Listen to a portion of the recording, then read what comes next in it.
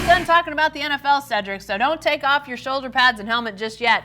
The NFL Combine is going on this week, and that means the next NFL generation is trying to show their stuff before the draft later this spring. And, you know, it's always interesting what comes out of the Combine. Some guys will jump way up, other guys will fall way down. But in our neck of the woods, a couple guys that we're both keeping eyes on are receivers. Great receiver class, Cedric. Lots of really, really good ones in this class.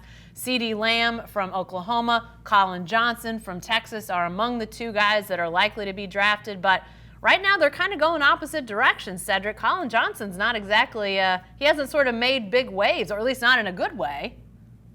Well, Collin has pointed to this combine as his maybe his coming out party. He had told people that he was going to run in the 4.6 range, where at his size, 6'6", 220, is going to get him drafted in the first 3 rounds. But turns out he's got a hip flexor, so he's not going to run at the combine, and that's a big disappointment for him because he was looking forward to showing the scouts and the executives that he's every bit as good as his numbers suggested before he got hurt at Texas. So he's going to have to point to his pro day, April 1st, here in Austin, to get some of those points back. Meanwhile, Devin Duvernay of the Longhorns, if he can run a 4.3 like people are projecting, he's going to get drafted before Collin Johnson. And who would have thought that 3 years ago? So CeeDee Lamb, the latest great receiver to come off the OU assembly line right after Hollywood Brown.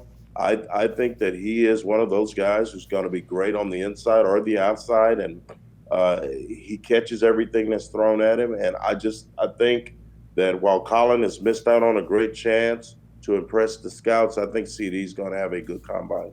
Yeah, he sure seems like he's a guy that has, sort of emerged in that top half of the first round in that area and really hasn't gone down. I mean, if anything, he may have risen a little bit. You never know. I think a lot of NFL teams are excited about trying to find the next Julio Jones or the next, Tyreek Hill, those guys that can really shift games, in a flash, those sorts of high impact receivers. And CeeDee Lamb has shown that he can change games, and he's got that lightning in a bottle ability. He's got the home run plays. He can turn short passes into big gains. Didn't have a ton of passes that he hauled in, especially not this last year at Oklahoma. Didn't have a ton of long ones that he hauled in, but the ones that he took for big gainers, a lot of them were maybe that 15 to 20 yard variety, if that he then turned into 50, 60, 70 yards type of thing where we saw him elude a lot of defenders. So I think he's shown a lot on film. I think he can catch in traffic, a bigger guy. Collin Johnson, Cedric, even though he's not going to perform at the combine, with that bigger body, if he can show some things at pro day, NFL teams are in love with these guys that are 6'3" and up and can really almost block a guy out. I mean, I got to think Collin Johnson's still a guy that a lot of teams are really interested in. He is, and this is a huge receiver class. So Collin may end up going later as a steal to one of these teams because 6'5" and a half, 225 pounds, very, very similar to Calvin Johnson. Yeah. In body type, a Julio Jones type. Those are the big, tall guys who can run. He's not as fast as the aforementioned guys I just mentioned, but he's got some long arms. He goes up and gets it in traffic. He's a pretty tough guy, and he's one of those guys who's a high character guy. He's an NFL legacy. His dad played more than a decade in the league, so he's used to these NFL streets, Jen. So I think that if he can run well here on April 1st, I think he's going to be a really nice addition to a ball club that might get him 4th or 5th round. Yeah, and you mentioned the receiver class being so deep. I mean, you look at some of these names and you never know what's going to happen, but some of these guys you could really see becoming You mentioned Calvin Johnson, Cedric, those long-term impact type of receivers. You know, a Jerry Jeudy out of Alabama, T. Higgins, who I really like him out of Clemson. Colorado has a guy named Laviska Shenault, who is not widely known because Colorado hasn't been good for a while, but he is really an electric type of player as well. I mean, these are the type of guys that you think, man, you know, in another 8-10 years, are we still talking about this receiver group and what they potentially, the impact they might be having as we see, again, the NFL evolving, moving more towards these run-pass option type quarterbacks, having these guys that can freelance a little bit in pass patterns.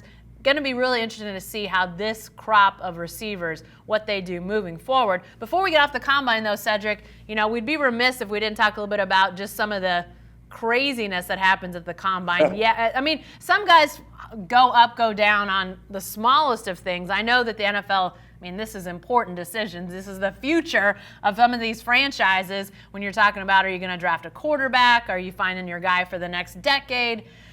But it was funny earlier this week when they did all the measurements, you know, it's height, weight, all of that. Basically, you know, these guys going through everything, getting measured. And, of course, they measure hand size on quarterbacks because, well, I guess you have to know that. And apparently Joe Burrow, who clearly one of the greatest college quarterbacks we've ever seen, an amazing year at LSU, had some of the smallest hands ever at the NFL Combine. 9 inches, apparently, from his pinky tip to his thumb tip. And he made a joke about it. He was great about it, Cedric. I don't think his stock is going to fall because his hands measured a little bit smaller than we suspected. Well, you know what, Jen? Speaking as a small-handed guy, and they're small, Jen. They are really, really small. I somehow made it in a business where it's all about the fingers, and I made it, Jen. I've got a job at the Austin American-Statesman, and so Patrick Mahomes and Joe Burrow have the same size hand, basically, and I think it worked out for Patrick Mahomes. I think it's going to work out for Joe Burrow, who will go with the number 1 pick, Jen. And you know me, I'm a child of the 80s. We know that. And so I'm going to steal a line from an old 80s classic. Joe Burrow's future is so bright, Jen. He's got to wear shades. He's got to wear shades. I don't care how big his hands are. I don't care how small his hands are. I saw him spin it against Texas. I saw him spin it against Alabama. And I saw him spin it against Clemson. I will watch him spin it against the Redskins, the Patriots, the Jets, whomever he plays against, he will spin it. Yeah.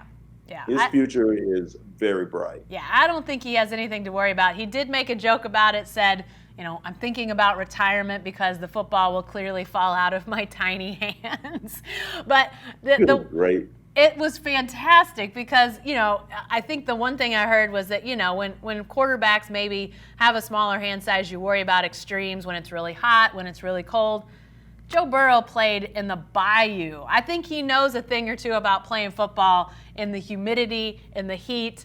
If he did that, I don't think this is going to be a problem. And as you said, Cedric, the fact that Pat Mahomes, reigning Super Bowl champ, but also an MVP, I don't. Maybe that's one of those measurements that, I mean, I'm sure they're still going to do it because, like I said, they measure everything at the combine, it seems. But it's one of those things I'm not sure it's going to be a huge determining factor of success in the NFL for a quarterback.